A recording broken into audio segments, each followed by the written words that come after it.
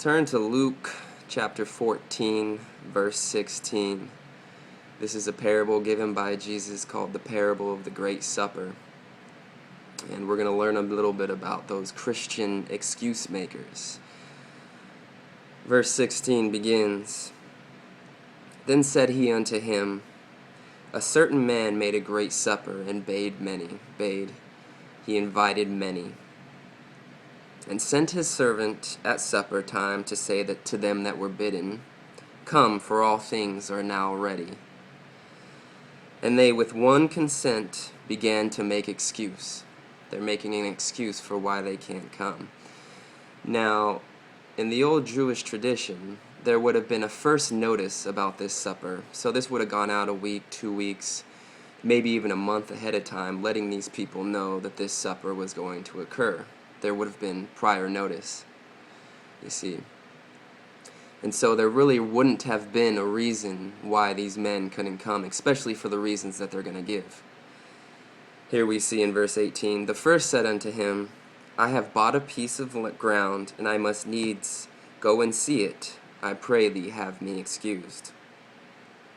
Well, here we see a very poor excuse. The man says, I've just bought a piece of ground, and I have to go inspect the ground. Well, who buys a piece of land without first having seen it? Nobody. And who goes to inspect the ground when it's dark out, by candlelight, at supper time? So not only is it a lie, but it's just an all-around poor excuse. Verse 19, "And another said, I have bought 5 oxen, and I go to prove them. I pray thee, have me excused." He's saying, I bought 5 oxen, and I have to go test them. I have to inspect them.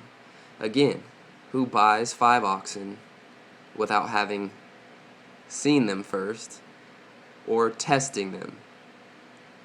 And then who goes to test them at supper time when they knew they were invited to this other dinner? Verse 20, "And another said, I have married a wife, and therefore I cannot come." This might be the poorest excuse of all, because the man is literally saying, it's my wife's fault. Sorry, Jesus, I can't pick up my cross and follow you and employ the Word of God. I can't spend time with you or study the Word because I have a wife. It's her fault. Verse 21, "So that servant came and showed his lord these things. Then the master of the house, being angry, said to his servant, Go out quickly into the streets and lanes of the city, and bring in hither the poor, and the maimed, and the halt, and the blind. And the servant said, Lord, it is done, as thou hast commanded, and yet there is room. And the Lord said unto the servant, Go out into the highways and hedges, and compel them to come in, that my house may be filled." And in verse 24, the Lord is very decisive about what's going to happen to these excuse makers. "For I say unto you, that none of those men which were bidden shall taste of my supper."